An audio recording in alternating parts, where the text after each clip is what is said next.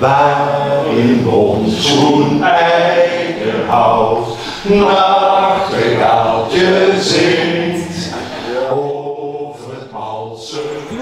Woensdagmiddag werd in het Odepark het eerste eikpunt van Noord-Limburg onthuld. De eikpunten, dat zijn landmarks, noemen ze dat met een chic commercieel marketingwoord, landmarks. Een eikpunt is een startplaats en een finishplaats van bestaande routes die we hebben. De overeenkomst tussen deze punten zijn dat ze natuurlijk allemaal pareltjes zijn.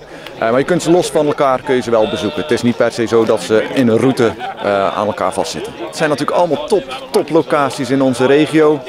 Echt de moeite van het bezoeken, echt de moeite van eigenlijk de natuur in te gaan samen met je partner of met een gezin of met vrienden.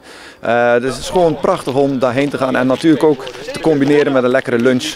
Even jezelf te verdiepen in wat voor locatie het is, even de informatie tot je nemen en gewoon echt genieten van Noord-Limburg. Ja, waarom is dit bedacht? Is het om Noord-Limburg beter te promoten onder toerisme bijvoorbeeld?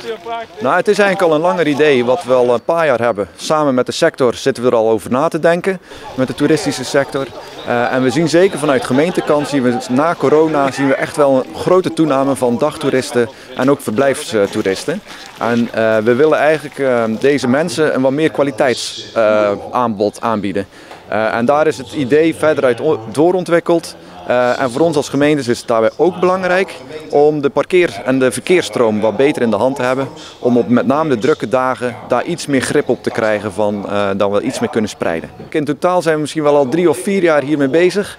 En ik ben ook wel trots dat we nu eindelijk gewoon ook richting de ondernemers natuurlijk gewoon aan de slag zijn. En de fase van woorden zijn we voorbij. En nu kunnen we gewoon lekker onze gasten en onze inwoners verwennen met dit stukje kwaliteit.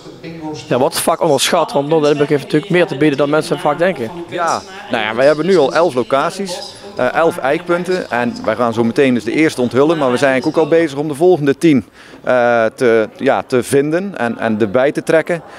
Voor Venray is het punt in het Odepark het eerste van 5 eikpunten. Volgens mij heb je er al eentje genoemd in IJsselstein, natuurlijk bij de Duitse begraafplaats. En volgens mij werd het ook al gezegd, het naastpark Ooije-Wansum, bij Café van Wansum. Daar is het derde eikpunt wat vandaag geopend wordt. Maar ook in de toekomst, wij zijn bezig met een opwaardering van de stationsomgeving. Daar komt het vierde eikpunt. En we zijn bezig met een schaapskooi en daar komt het vijfde eikpunt. En dat is ook niet zo ver in achter. Heeft u stiekem een favoriet? Ja, ik ben natuurlijk wethouder in de gemeente Bergen, dus daar liggen mijn favorieten natuurlijk. Maar ik moet ook tegelijkertijd eerlijk bekennen, van die 11, ik zat daar een beetje in te verkennen.